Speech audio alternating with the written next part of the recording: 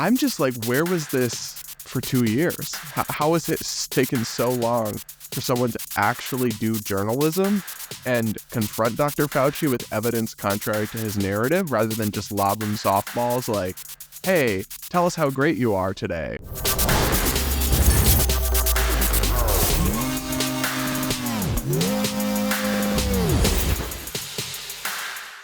Hey guys, welcome back to the Base Politics Podcast. I'm Hannah Cox with Brad Polumbo. This week, CNN turns on Dr. Fauci, a new war on dark money, and Twitter conservatives bully a random TikTok woman. Let's jump in. Over at CNN over the past couple of days, it appears that they have begun to stand up against mask madness. We've got to watch this segment of Dr. Anthony Fauci where he kind of gets roasted. I'm going to refer to one of them. You've heard about it before. I heard about it from a number of radio callers. Brett Stevens in The Times talked about Cochrane. Put that on the screen.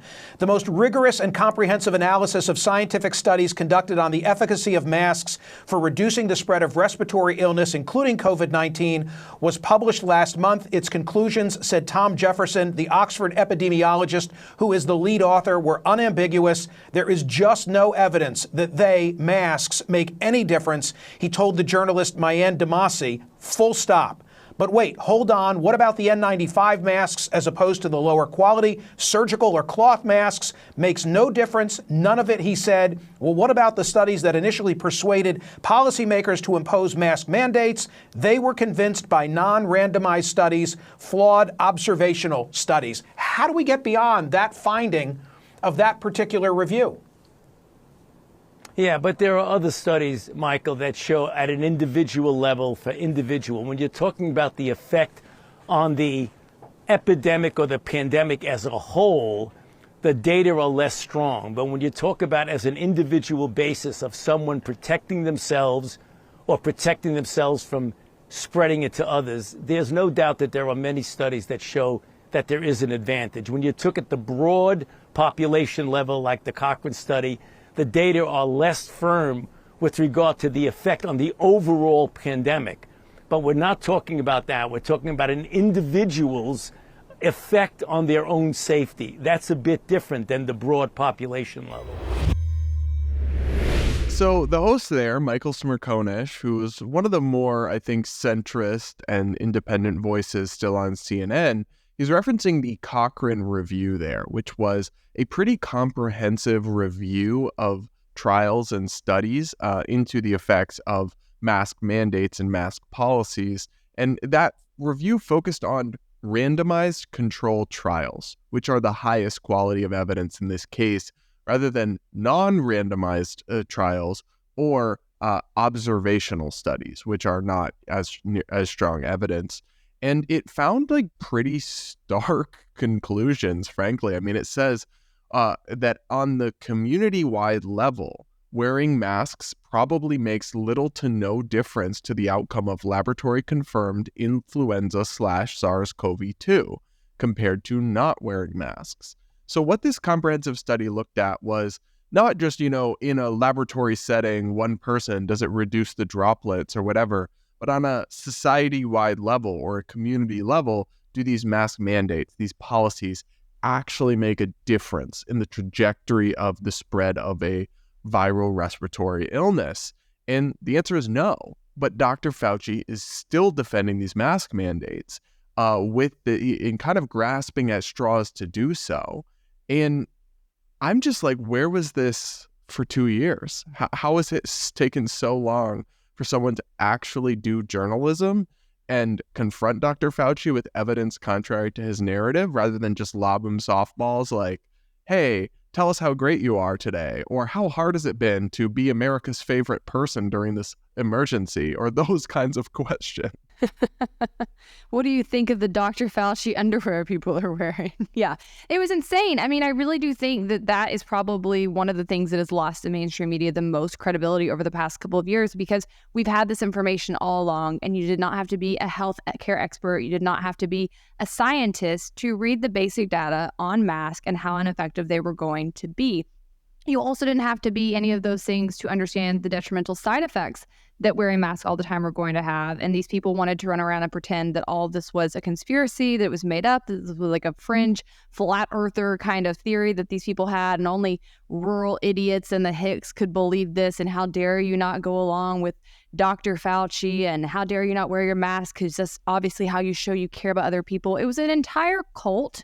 And I think you saw them behave as such. And I think what's happening now is that Fauci has had several falls from grace. They're having to admit some things around the origins of COVID, around the cover-up of funding, around the Wuhan lab, around various factors that they were really working to protect for many, many years. And so now I think he's becoming a little bit more fair game.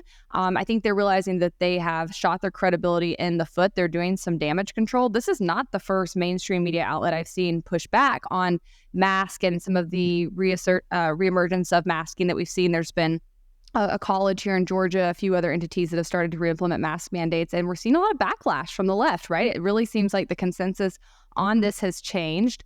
But for me, I'm not satisfied with it. I am glad to see it, but I feel like the people who worked so hard for 2-3 years to get people kicked off social media, who maligned people, they should have to keep wearing these masks, I think. I think you should have to wear them around like a scarlet A, right? I want to know who you were. If you thought they were so great back then, even when we had all this evidence, then keep wearing them and leave everybody else alone so we can identify you. The whole thing was absurd. So I do like to see CNN push back, but it is way too little too late in my book.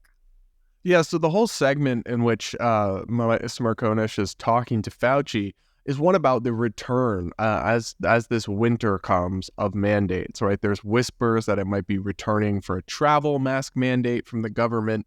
Will there be localities that enact it again? But also some private businesses and organizations are starting to roll out mask mandates again here or there.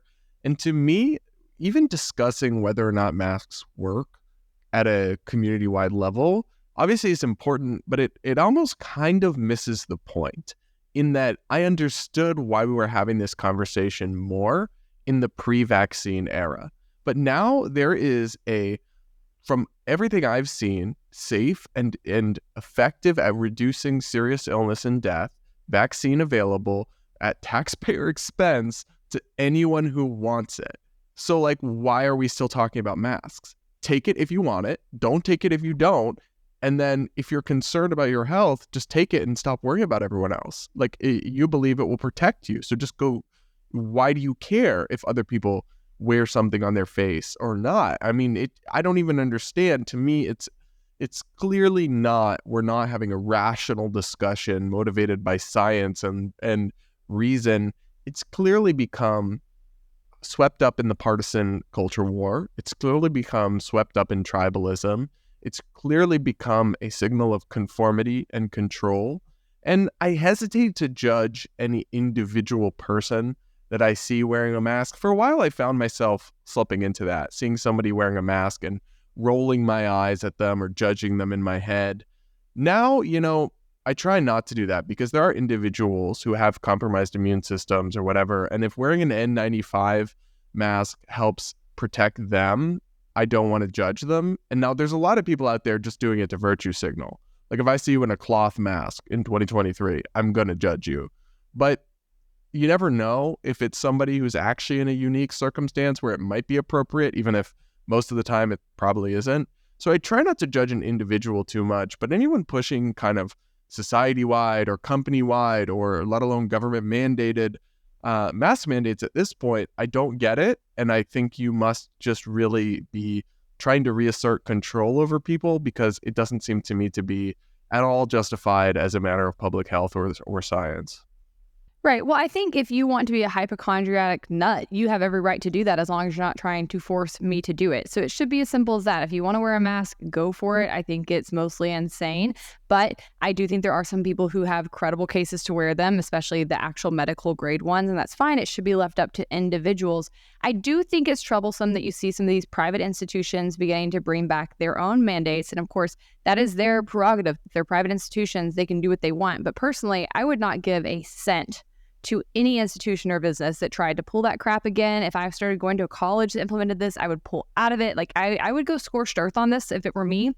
So I think that we do need to continue to push back on some of that, because I think it is a symbol of control. And I think it's something that people want to use to try to push a deeper agenda. So I do have an issue when it comes to the mandates with it, whether they be private or public. I just think it differs how you handle them if they're private or public. But certainly if they were to try to bring back anything on like planes, I think that would be a very big problem. I've noticed in flying over the past couple of weeks, people are wearing them on planes. It's not one or two people. I'll see several Just people. so dumb. It's already so well ventilated. But also the point is, if you want to wear it on a plane, you can, right? This whole thing of like, you need to wear a mask to protect me, that was always bogus. People can do it of their own volition. The market works just fine. Let people wear them. We don't need mandates on these kinds of things. So I agree with you, and I think there's a nuance to flesh out there that, like, if a private college wants to institute a mask mandate or a private business wants to institute a mask mandate, I also agree that should be their right to do it. I think some places have like tried to make that illegal or whatever. Yeah, I don't like that. And I don't agree with that. Yeah, that is their private property. They should have the right to set rules for it as they want. But I can simultaneously acknowledge their legal right and say that I think it's bonkers or dumb, and that I would, for example, like if restaurants start doing that again, and restaurants, it was always particularly stupid theater, because you'd like wear it walking to your table, then take it off, and then wear it walking out. But say that restaurants start this winter putting up masks required signs. I'm not going to step foot. I'll go somewhere else. I don't care if it's my favorite restaurant in town. The only instance where I could see myself complying is that if they bring back the travel mask mandate, the government does, and you have to wear one to fly.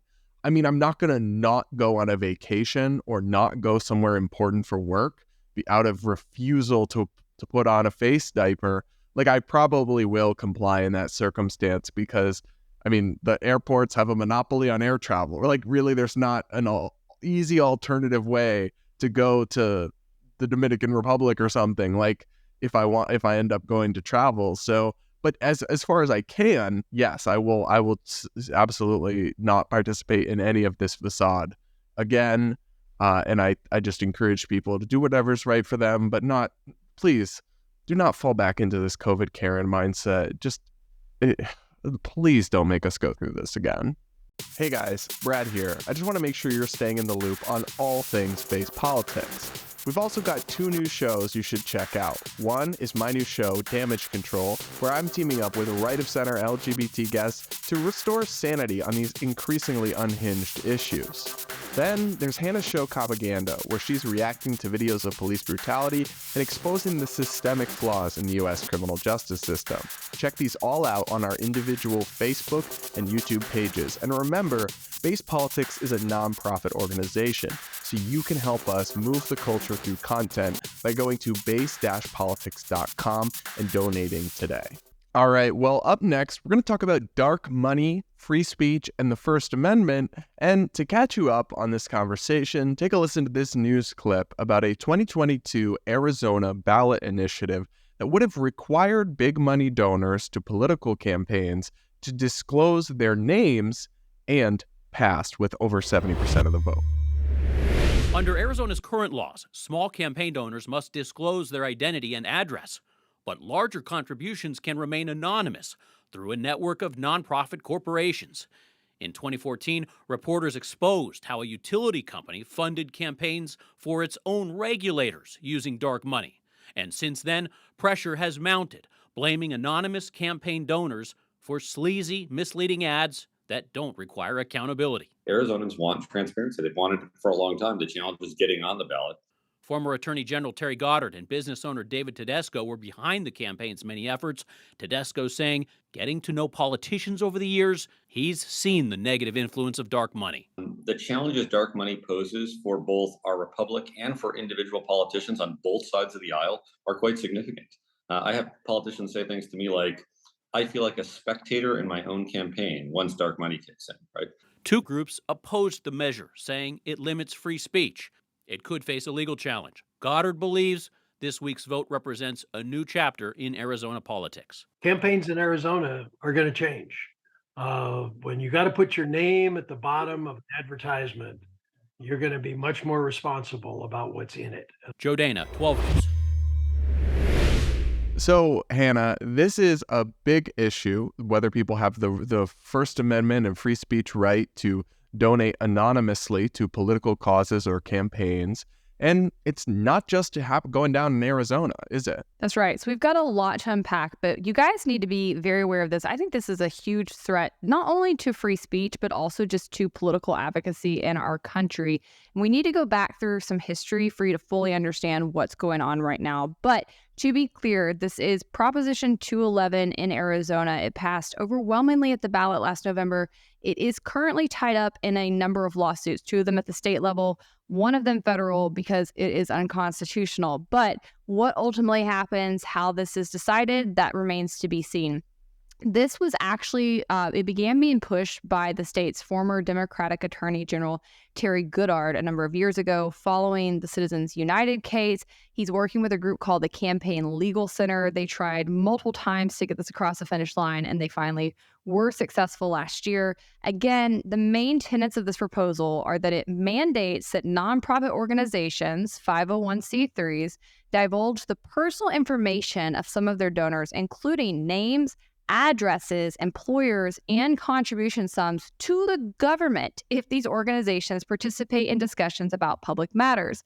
The proposition also would enforce a new requirement on nonprofits that spend more than $50,000 within a span of 2 years to address policy issues before an election, compelling them to publicly reveal any donor who has contributed more than $5,000 during the same 2-year period. Now, you need to know some backlog, I guess, to fully understand how we got here. But what you need to know is that there are a number of political types of institutions in this country. Some of them have to disclose their donors, and 501c3s are one kind that do not. We are a 501c3 at Base Politics. Most churches are 501c3s. Typically, when you have a 501c3, this is a nonpartisan entity, and it can be working on any number of charitable causes, including educational and public policy type causes. But when you enter into a 501c3, you make some trade-offs. You don't have to reveal your donors. You can protect their privacy, but that means that you are somewhat limited in what activities you can undertake and somewhat limited in your free speech, right? So Brad and I working for a 501c3, we can still say things in our personal capacity about elections, about partisan matters, about parties and what we might think should happen within them. We can't really do that under the Base brand. That's a no-no. We also are limited as a 501c3 in how much actual lobbying we can do. So we can talk to you about school choice all day long till the cows come home, for example. But if we were to say there's a school choice bill in Pennsylvania and you need to call your lawmakers and tell them to vote this way, that would be considered grassroots lobbying. And we're only allowed to do that with up to 20% of our time and resources. So that is how many groups are functioning in this country. They're not straight political groups or organizations. They're more working on educational initiatives and political advocacy without totally getting involved in elections. Now, there's a bunch of case law that goes back into all this, and the most important one that happened in our lifetimes was Citizens United. And I personally love to talk about Citizens United. This is where you get the phrase dark money, right? It happened in 2010, and this was a pretty big landmark case in some regards. In other ways, it actually just backed up the Constitution. So, Brad, before I dig into it, I'm just curious. I don't know how old you were in 2010. Were you around when all the Citizens United stuff was going down? How baked into this discussion are you? Not really. And I mean, in 2010, I would have been like 5. in 8th grade or something. So Yeah. I don't think I really followed it at the time. I've heard all about it in the years after. And I've definitely always believed that money can be a form of speech, which is the fundamental holding. And that's the whole debate.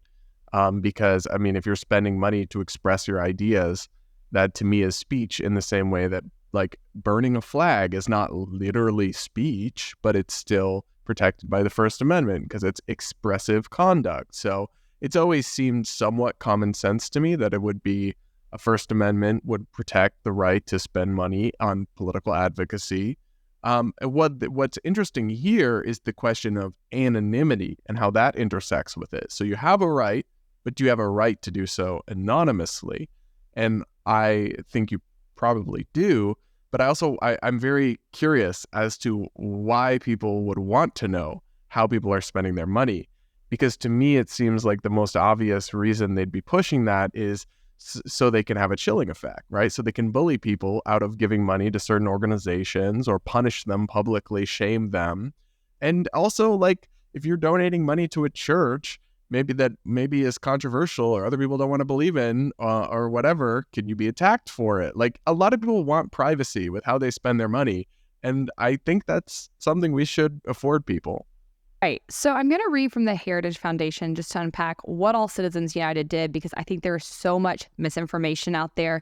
There are so many people who disingenuously describe this law. And I think really what Citizens United did was uphold old case law in this country, reaffirm the First Amendment. And it really gets into not just free speech, but freedom of association and the right to privacy. People have a right to privacy. They have the freedom to associate with who they want to spend time with. And they have a right to free speech. And as you pointed out, money is a form of expression, and you're not limited in how much speech or expression you have based on how much money you have. That would be completely unconstitutional and un-American. So this is from the Heritage Foundation. They say, in the Supreme Court's landmark decision in Citizens United versus Federal Election Commission, Justice Anthony Kennedy and a majority of the court upheld some of the nation's most important founding principles: the right to engage in free speech, particularly political speech, and the right to freely associate. Although the corporations and unions still cannot contribute directly to political candidates, the court overturned a federal ban on independent political advocacy by corporations and unions. Not only did this ban apply to for-profit corporations, it also formerly applied to many nonprofit associations on both sides of the political aisle. From the NAACP to the Sierra Club to the NRA, almost all of which are also corporations, under penalty of criminal and civil sanctions, those corporate associations were prohibited from expressing their members' views with respect to which particular candidates should be elected or uphold favorable positions on important public policy issues unless they established a separate PAC or went through a couple other very in the weeds loopholes. Banning independent political advocacy violates the First Amendment because it effectively limits speech. The court rejected the idea that the government can decide who gets to speak and that the government can actually impose federal felony punishment on someone for speaking at all, particularly those who speak through association of members who share their beliefs. The court also found that First Amendment free speech rights do not depend on a speaker's financial ability to engage in public discussion. The fact that some speakers may have more wealth than others does not diminish their First Amendment rights. So that was the bulk of what this decision upheld. It's really pretty cut and dry. They reestablished that money is speech. They did not overturn a ban on foreign spending in elections, which is something that people like Obama and many on the left often tried to push this narrative, right? If you had Citizens United, you were going to have this influx of foreign entities trying to come in and influence elections. That's not the case. Citizens United did not overturn that ban. It is still very much in place. It just said that you don't give up your right to free speech or to freedom of association because you own a company or because you are a member of a political association. You are still able to express yourself in those capacities. And I think that that's very important. Now, the donor privacy protection actually comes about because, again, many of these 501c3s, like the NRA and other groups, have always had donor privacy protections. And this actually dates way back up until the 1940s, 50s. There was a really important case in 1956. You had the Attorney General of Alabama that actually targeted the NAACP at the time because, among many of his complaints, he said it had given financial support and furnished legal association to Negro students seeking advocating admission to the state university and had supported their boycott of the bus lines in Montgomery to compel the seating of passengers without regard to race. He demanded that the charity turn over a roster of its members, which the NAACP argued was an attempt to scare away supporters, violating their freedom of speech and association. In the 1958 case, NAACP versus Alabama, the U.S. Supreme Court unanimously rejected his demand, ruling that state action to identify members could leave them vulnerable to economic reprisal, loss of employment, threat of physical coercion, and other manifestations of public hostility. Anonymity may in many circumstances, right? I know how things don't change, right? They went on to say anonymity may in many circumstances be indispensable to preservation of freedom of association, particularly where a group espouses dissident beliefs. The fundamental American right to promote contrary ideas in association with others would be violated by state scrutiny of membership lists. So you have this provision that dates back many, many years, but it has been an ongoing agenda item, predominantly on the left, to try to get away with this. And it's funny because you see the parties sort of flip, right? Like back during NAACP versus Alabama, you see a very different side of the coin. And now it's moved over to where Democrats are mostly opposing this kind of thing and trying to overturn it. Different states have different levels of protection right now, right? So you have the Supreme Court case that says donors have privacy. You need privacy to be able to participate in your political system. And if you were to force people to always be disclosed, it would obviously prevent the expression of speech. People would be scared. They would be bullied. They'd be canceled. They'd be fired. Who knows what all. And so this is a really important thing. And there are other ways that people can give politically where it's not private. If you donate to a 501c4, for example, those donations are not private. If you donate to a political candidate, I believe those donations are not private. And so there are a lot of ways where you can spend money politically where it is public, but 501c3s have been this way where you can find other people who agree with you generally on issues and you can donate to them without fear of this like backlash and repercussions. And the entity kind of stands at the forefront and takes on all the hate, right? And they're better able to do that as an organization versus the individuals that they represent. So this is a really important provision, but this is not the first time we've seen this targeted at the state level. A number of years ago, California actually tried to do something very similar where they were going to require all 501c3s in their state to turn over their Schedule Bs, which is a listing of their donors, to the Attorney General. And this is what I think is most problematic, right? It's not just they're trying to make these donors public. They want them on like government records. They're trying to form government records of their names. And fortunately, in that incident, the Americans for Prosperity Foundation, which we work very closely with, they filed a lawsuit in a case that became known as AFPF versus Bonta. This was in 2021. And they advanced that lawsuit to the U.S. Supreme Court, where California was essentially trying to force the donor disclosures, and SCOTUS ruled 6-3 against the state in that case. So all of this to say, we have extensive case law backing up the constitutionality of protecting donor privacy, and I believe that there is such a valid case for the need for it. And that is what Arizona's Proposition 211 is flying in the face of. And that's what we are hoping sort of stands in the gap in these lawsuits that are currently going on. In Arizona, there are 29,000 nonprofits, and their people give more than $3.6 billion to charitable causes each year. So this could have major implications in their state. Obviously, Arizona has become much more of a battleground state, so there's a lot of attention on it. And others are taking cues. Many of them also are states that are kind of becoming purple or that are increasingly just changing rapidly. New Mexico has been floating something like this. Florida, other states like California and New York are always kind of aggressive on this. And then there's two other challenges going on right now that people need to be aware of that are kind of around the same gist. So you have the United States House Committee on Ways and Means that began requesting information to, this is their language, further understand and examine the political activities of tax-exempt organizations under 501c3 of the Internal Revenue Code. The members of this committee claim to be particularly interested in information regarding questionable nonprofit expenditures and foreign donations to nonprofit organizations, which is a very familiar guise, as I pointed out, that has often been used to argue against things like Citizens United. We also have a Senate bill, number 359, that's currently sponsored by Senator Sheldon Whitehouse. He's a Democrat from Rhode Island. It's called the Supreme Court Ethics, Recusal, and Transparency Act of 2023. And this bill is largely being presented as an attempt to make the Supreme Court more transparent. But there's a provision in it that would require nonprofits that file a federal amicus brief to disclose their major donors. And that is, I'm through the ceiling on this. That is such a terrible idea. So often when you see people file lawsuits against the government, they will have other people sign on what's called like a friend of the court, an amicus brief. So essentially you're saying, we agree with this court case. We agree this is unconstitutional. We are standing with them in solidarity. And this bill would essentially say if you filed an amicus brief, you have to disclose your donors. That's absolutely insanity. So this is kind of a all hands on deck matter at this moment. I think we see it sort of coming both federally and at the state level, and now through the courts even. I think this is a really scary thing. And what I think is interesting is how it's coming from sort of both sides, right? Like this whole election interference thing is really being whipped into a fury on the right.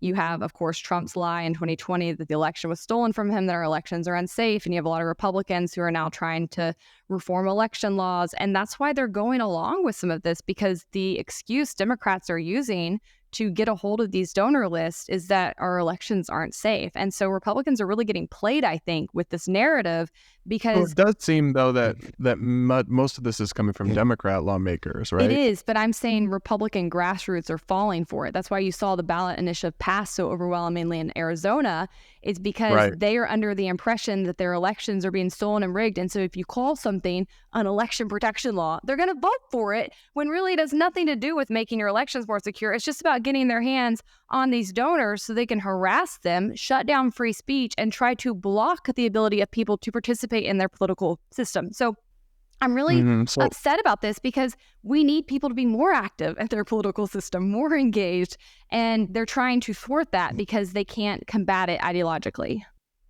Yeah, I think it's interesting, right? Because the lawmaking push here is largely coming from Democrats.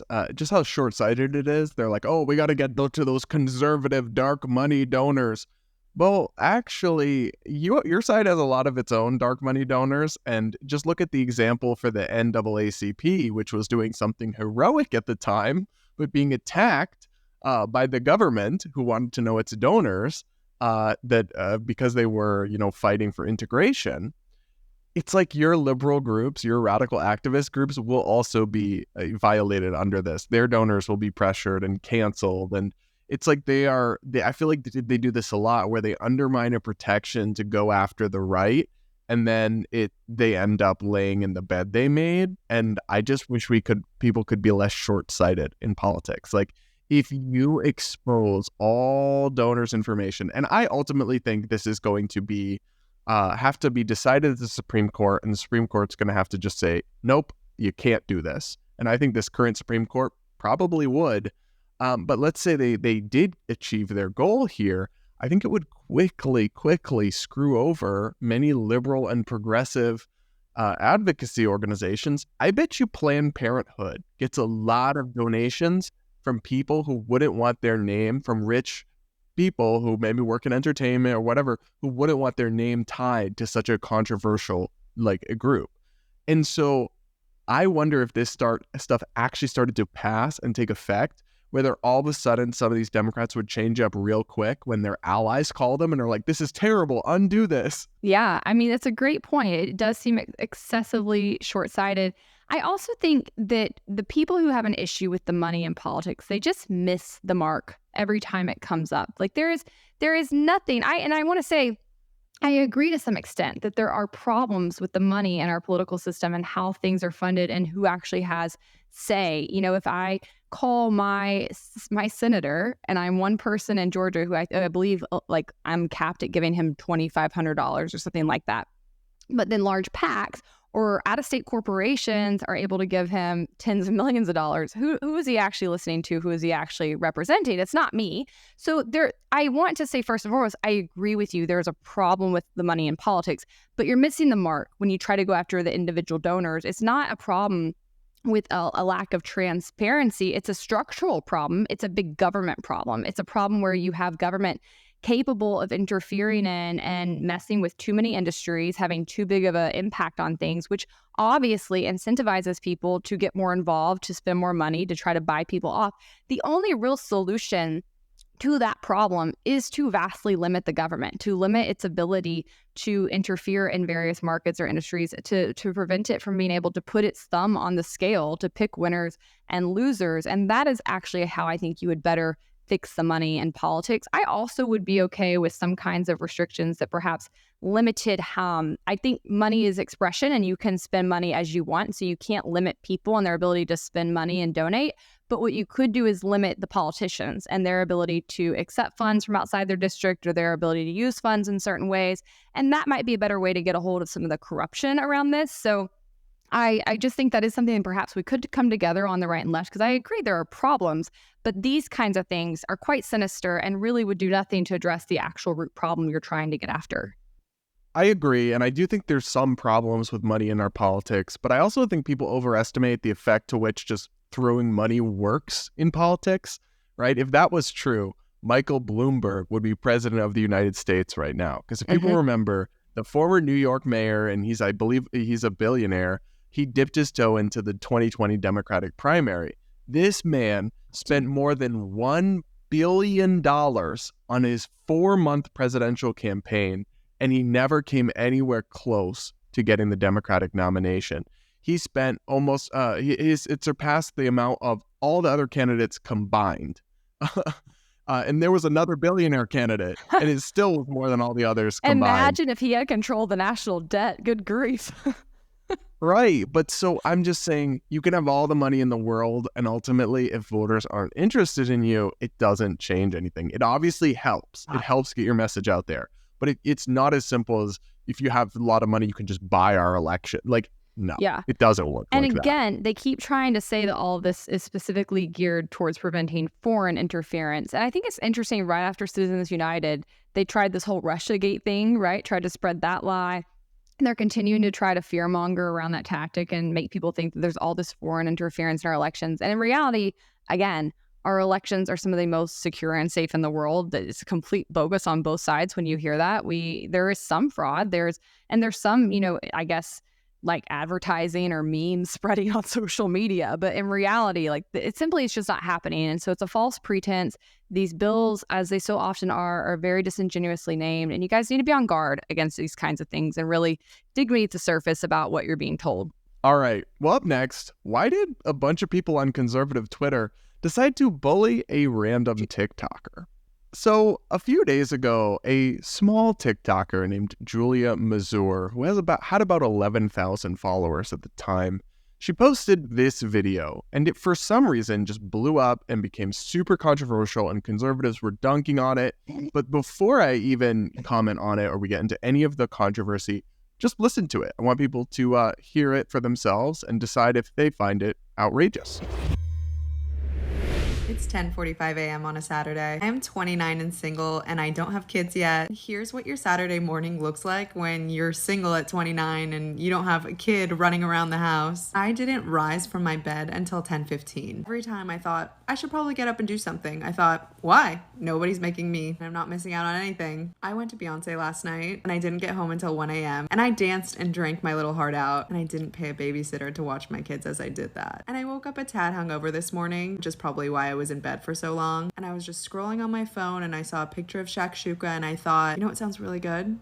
Maybe I'm gonna learn how to make shakshuka today. Because I have no plans, and I don't have kids, and I don't have a husband, and I don't have errands to run. I can go to the grocery store and learn how to make shakshuka. So that's on my agenda today. Also on my agenda, probably a rewatch of some Real Housewives of New York. I'm also doing a rewatch of Normal People on Hulu, which is really spicy and I highly recommend. Weirdly, I'm into this documentary on Netflix about blue zone countries. So I've got a pretty stacked day. Anyway, I say all this to say, whenever I'm hard on myself about why I'm not married and I don't have kids and I should be further along at 29, almost 30, I wouldn't want to do anything else this Saturday. And I know that you can do all these things when you have kids and you're married, and I understand, but the effortlessness and ease of my life, just kind of focusing on myself and the shakshuka I want to make or the Beyonce concert I want to go to, really pays off when I'm hard on myself for not being where society tells me I should be in life. So I would have watched this video if I'd come across my feed. I probably would have just swiped away and shrugged and just not really cared about it, right? Because, okay, some lady doesn't have kids yet. Here's how she spent her Saturday. Okay, me moving on with my life. But some people were furious about it, and also some people interpreted it as her shaming people who have kids or suggesting that her single lifestyle is superior to theirs. I didn't interpret it that way. What was your reaction to this video before you saw even all the backlash? Well, I didn't see it before all the backlash, but I am used to this kind of backlash. I don't know if your algorithm's like this, perhaps because I am not married and I openly do not want kids. TikTok tends to show me a good bit of this kind of content. And so I see almost daily the way that simply celebrating your life when you choose to not pursue those paths makes people lose their minds. And so when I saw this come across my feed, I immediately was just kind of concerned for this girl because, you know, I have been saying I didn't want kids since I was really little, like 6, 7 years old. And the amount of backlash I've faced for that and the amount of just like people talking down to you, right? You'll change your mind. You're talking about you'll meet somebody and want them, yada, yada, yada. I found very infuriating throughout my life as if I was just too young and stupid and feminine to know my own mind and what I might want. And so I've always been pretty open about those choices because I am thick-skinned and because I'm pretty passionate about showing other women there are other ways to live your lives outside of what society tries to box you into, where you can be happy and you can thrive. And I don't think that there's anything in that narrative that is anti being a parent, that is anti getting married. I think that that is a fine path for many people. I also think it's a horrible path for some people that we shouldn't be pushing on absolutely anybody. But I've seen this time and again, no matter how much the woman in this given role online is just trying to bend over backwards to say like, nothing against parents, I'm just celebrating my own life. It is always taken as a flat out assault. Said just not yet. Yeah, she's just not doing it yet. Well, and when I finally watched it, that's what stood out to me with her is this isn't even this, right? This girl isn't even like me where she's like, rah, no kids. She's actually saying, I would really like to be married. I would really like to have kids. I'm often hard on myself because I'm 29, as if that's so old. Because I'm 29 and I'm not there yet. I'm not where society tells me I should be, and that makes me feel bad. But I'm finding ways to appreciate this season of my life and still find joy and still celebrate it. And they can't even let her have that, right? And getting upset about a woman saying something like that, and you're upset, is akin to me if I saw a woman talking about her day with her baby, being like, oh my God, I'm being attacked for not having kids. And she said my life is worthless. Meanwhile, people actually will come say that to you when you don't have kids, right? They'll be like, you're worthless. You're going to have alone. No man would want you. I mean, the things they say to women who just simply don't want to live their cutout lifestyle, it's absurd to me. And so to me, this video was a part of a growing trend, a status quo, and I'm so fed up with it. And I'm glad we're going to talk about it today because I actually have a lot of pretty deep thoughts on this subject matter. So first we should get into the exact reaction. So here's what Matt Walsh, the Daily Wire host and right-wing commentator, blasted out to his 2.4 million followers. He said, her life doesn't revolve around her family and kids, so instead it revolves around TV shows and pop stars. Worst of all, she's too stupid to realize how depressing this is. He continues, if you don't have a family, at least do something interesting with your time. These people have absurd amounts of free time, and they do absolutely nothing with it, wasting their lives staring at little glowing boxes. Absolutely soul-crushing. His original tweet has 30 million views. So other people like Tim Pool, the very popular right-wing YouTube host, said, it's a cope. Her life is meaningless. You don't need kids, but she has no purpose.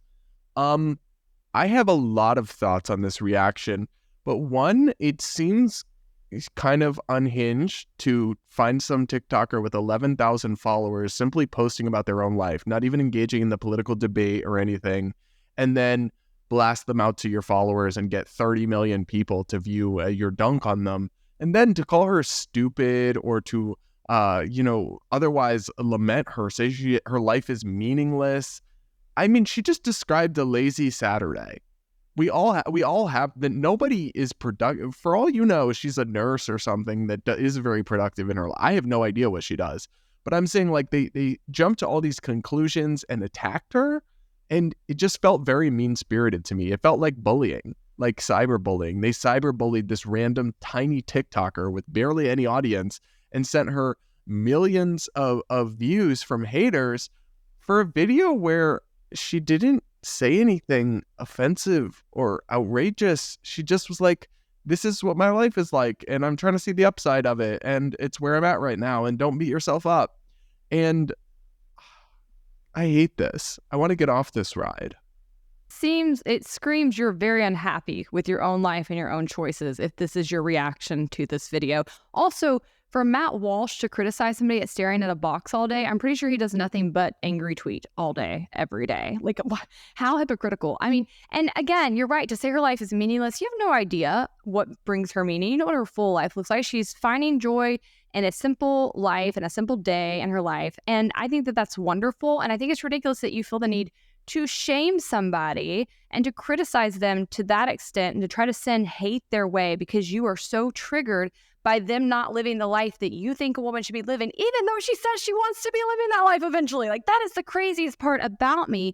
And it's also so extremely hypocritical for these like trad right types to be criticizing this, right? Like, they're the ones always running around saying women are too promiscuous, women don't have high enough standards. It seems like she does have high standards. It's taking her time to pick the right person. And guess what? When you're doing that, it means you're not out with a date every single night. It probably means that you're going to have a lot more nights alone because you are being picky about who you spend your time with and who you build into your world. So all of this from start to finish, I think, is just horrible behavior. And I think it's becoming a part of a larger trend on the right that is just anti-woman, to be frank. And it's really starting to turn me off. I mean, I told you this a while back, Brad, but I remember when I first started working around GOP politics, 2012, 2013, having been raised a true free market, like limited government type Republican, and thinking that's what Republicans were. And my whole life, people saying Republicans are racist or Republicans don't like minorities. And I was like, what? No, that's not true. We do, right?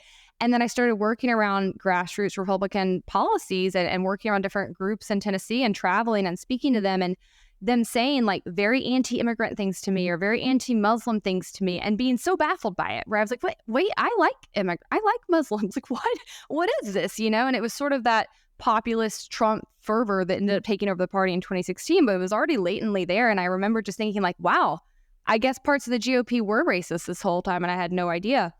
And I feel like I'm having a similar thing happen right now in the past year or so with being a woman, you know, where I've always had people on the left say like, the GOP hates you. Why would you be a Republican? They don't like women. They don't support women's issues. And I've always just pushed back on that. But increasingly, like, it does appear that way. It sure does. It seems like a lot of people on the right really do just hate women.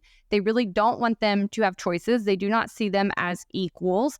And I think that this, you know, rush by people like Tim Pool and Matt Walsh to dunk on this woman, these guys did that because they know that's what their audience wants. Plain and simple. These are people who live and die by clicks. They live and die by outrage. They know that a woman making choices that are not getting married at 20 years old, popping out a bunch of kids and cooking in the kitchen is going to outrage a number of their followers. And it's, to me, it's just so sick. And I am baffled by it because I think, you know, I don't think people like Tim Pool or Matt Walsh are like brilliant, you know, GOP strategists or anything. Like, their goal is not really to do anything but enrich themselves. But for people who are kind of working around the Republican right, you know, you would think that would be their goal. And they don't seem to realize that women are 50+% of this country. They are the main organizers. They are the main financial purchasers in their homes. They are incredible communicators. We keep in touch, right? And we are going to be whipped into a fury by this kind of sentiment that keeps building on the right. People saying overturn the 19th Amendment. People saying women need to get back in the kitchen. People saying women are worthless if they're not married by 25. The right promoting actual, like, I don't want to say pedophiles, but like actual groomers and actual rapists and sexual harassers. This is a problem. And I cannot understand how anybody who's in like the evangelical base, which has so much overlap with the right, is not standing up and calling this out. I think it's disgusting.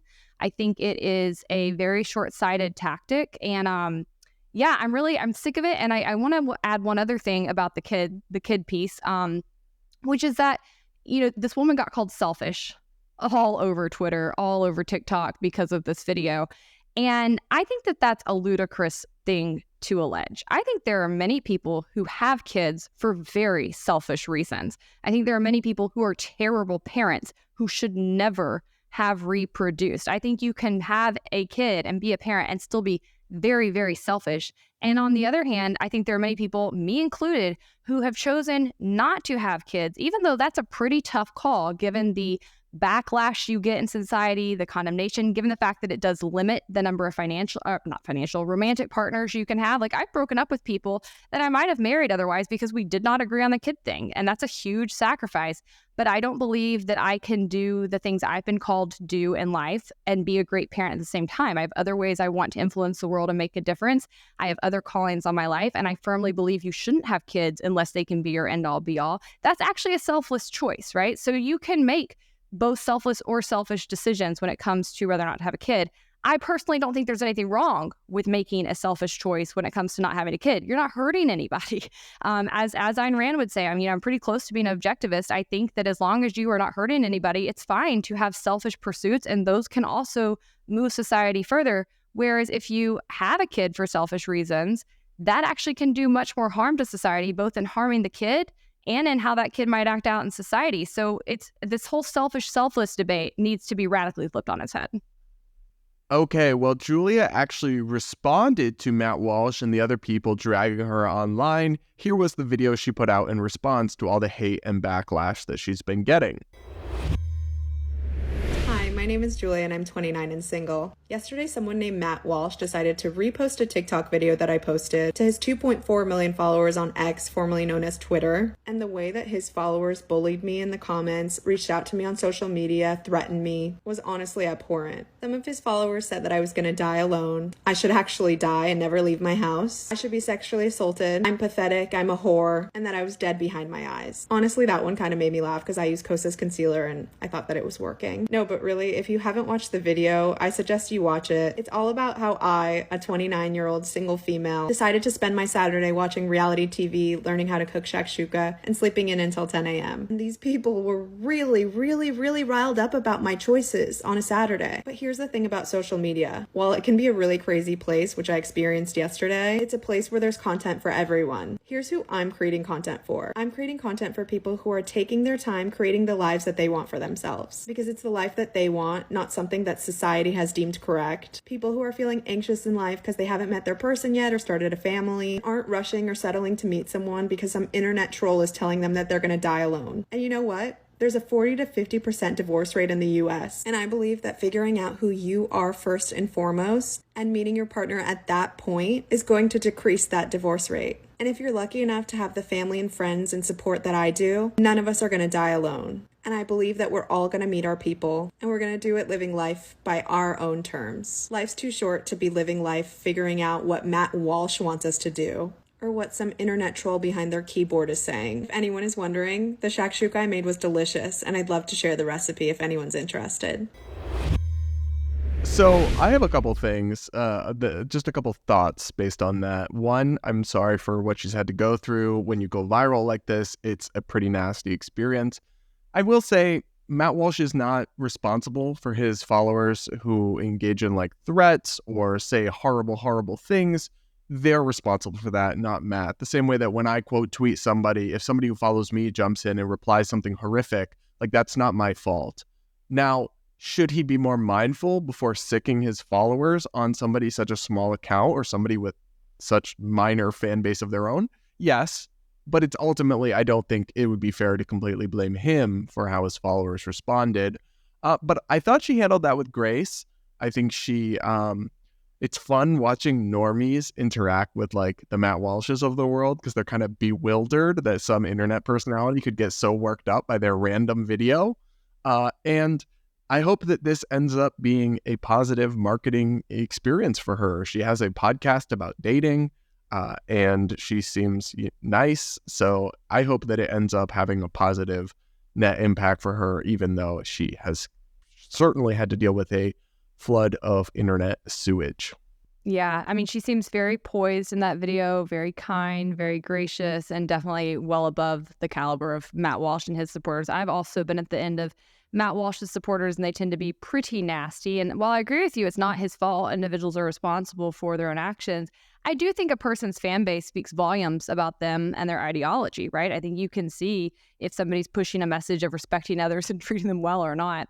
So I don't think that he's somebody that we should be looking up to, and I don't think his message is very helpful at any point in time. But I'm glad to see her handle this well. It is very funny. I've seen a number. They often go after young girls on TikTok, not just Matt, but several people on the Daily Wire shows.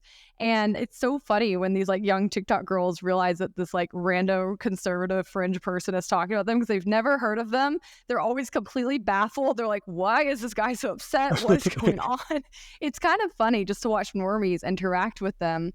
And again, I think this is something people on the right need to be aware of. Just because you get a lot of clicks and views does not mean you're moving things along. In fact, you're often doing the opposite and turning people against the other things that you're supposed to care about, which I don't know if the right still claims this, but it used to be free market capitalism and limited government and actually protecting people from oppression and ensuring they have their ability to pursue the American dream, whatever that looks like for them. So this is the kind of thing that, when older people on the right see this kind of stuff, you need to know these people are losing you fast.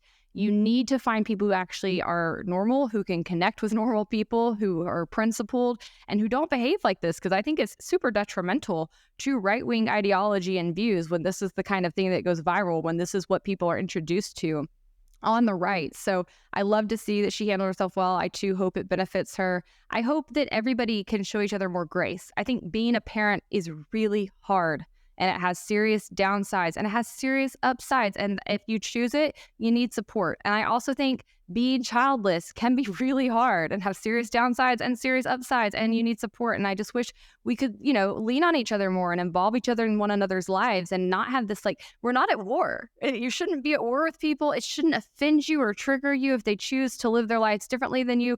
If that does bother you, maybe examine your choices. I do think there's a number of people who kind of go through their life just jumping through the hoops society tells them they should jump through without ever actually thinking, what do I actually want for myself? What do I want my life to look like? And they're kind of cowardice in that way. And then they're really bothered when they encounter somebody who is brave enough to do it differently, who's able to go against the grain, who's willing to make those calculations and take those risks. So just examine that. If you're somebody who's really bothered by this video, you really shouldn't be. Nobody's attacking parents or having kids or being married in this video, or most of the other ones along this vein that I've seen. If you see somebody celebrating being childless and the benefits to that, cheer with them, just as we're supposed to cheer with you when you have your gender reveal parties and your baby showers, right? It shouldn't just be one-sided. Seriously, like, get it together. So I'll leave it there. If somebody died at a gender...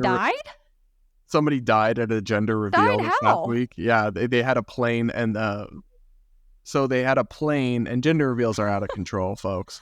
They had a plane that was like flying and releasing the color smoke or whatever, and the plane crashed, and the pilot died. It's very sad. Oh my gosh. Okay, guys, take it down a notch with your gender reveals, okay? Like, I'll celebrate your childbirth, but good grief, that is over the line. All right.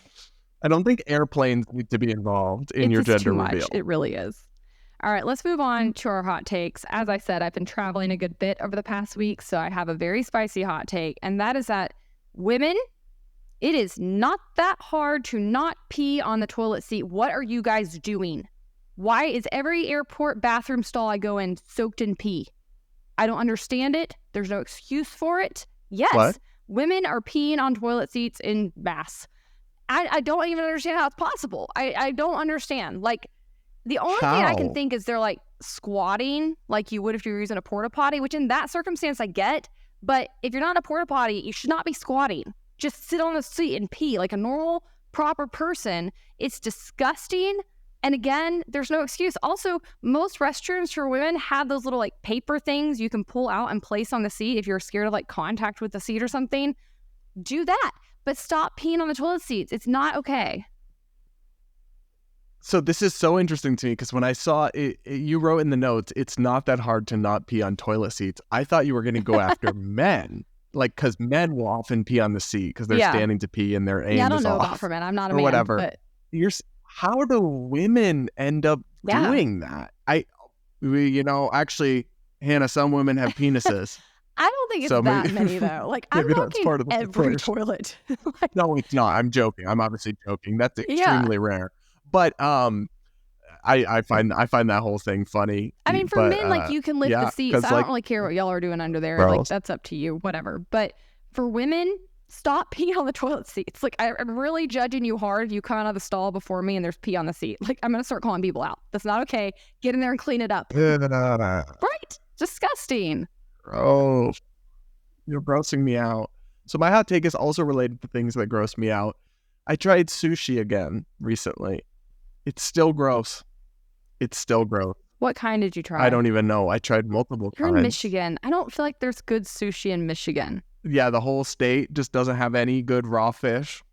Yeah. The fishiness that I don't like. It's, the aftertaste. I know, texture. it shouldn't be fishy. It's only a It's tiny because your bit fish isn't fresh. It's not that it's super It's not fresh fishy. enough. It's the texture is ugh. But I did. I only I eat ended up sushi getting. when I'm in. Go ahead. Oh, I ended up getting hibachi from the sushi place, and it was good. Oh, that's good. I swear this is true though. Sushi is only good if you're on like at a coastal place, or you eat somewhere that is importing their fish daily. So my favorite sushi restaurant in Atlanta, they're flying their fish in. They're not getting their fish locally sourced. Disgusting. So, but now I realize that all sushi places have hibachi, or most do at least. So now I can go to sushi places with you. Okay, I'll just order that works hibachi. for me. All right, guys, that's a wrap. We hope you enjoyed this episode. Leave us a comment, subscribe to the channel, and until next week, stay based.